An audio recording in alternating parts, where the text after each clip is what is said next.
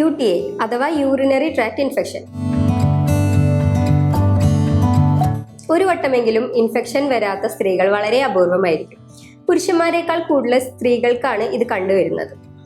പലപ്പോഴും ഇതിന്റെ സിംറ്റംസ് മറ്റു പലതുമായിട്ട് തെറ്റിദ്ധരിക്കപ്പെടാറുണ്ട്. അതുകൊണ്ട് തന്നെ എന്താണ് ഇതിന്റെ ലക്ഷണങ്ങൾ എന്ന് കറക്റ്റായിട്ട് അറിയേണ്ടത് വളരെ അത്യാവശ്യമാണ്.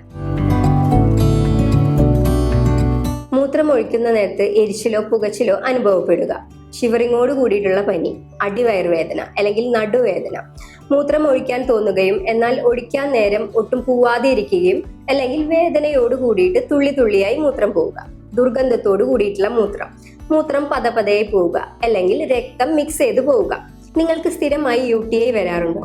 എങ്കിൽ നിങ്ങൾക്ക് വീട്ടിൽ തന്നെ ചെയ്യാവുന്ന ചില റെമഡീസ് നോക്കാം. ഇതിന് മരുന്നിന്റെ ഒപ്പം തന്നെ ഏറ്റവും ഇമ്പോർട്ടന്റ് ആയിട്ടുള്ള ഒരു കാര്യമാണ് വെള്ളം കുടിക്കുന്നത്.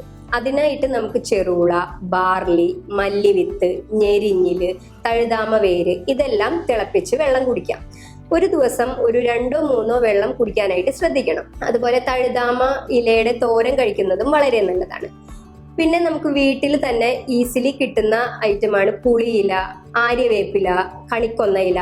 ഇതെല്ലാം വെള്ളം തിളപ്പിച്ച് ഒരു ഇളം ചൂടിൽ ഇരിക്കാനായിട്ട് അല്ലെങ്കിൽ സിറ്റ്സ് ബാത്തിന് ഉപയോഗിക്കാം.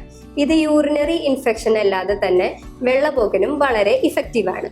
സാധാരണഗതിയിൽ ഇതെല്ലാം UTIയിൽ വളരെ ഇഫക്റ്റീവായി കണ്ടിട്ടുള്ളതാണ്. ഇതൊന്നുകൊണ്ടും നിങ്ങളുടെ കണ്ടീഷൻ മാറുന്നില്ല എന്നുണ്ടെങ്കിൽ ഉറപ്പായും ഡോക്ടറെ കാണേണ്ടത് അത്യാവശ്യമാണ്.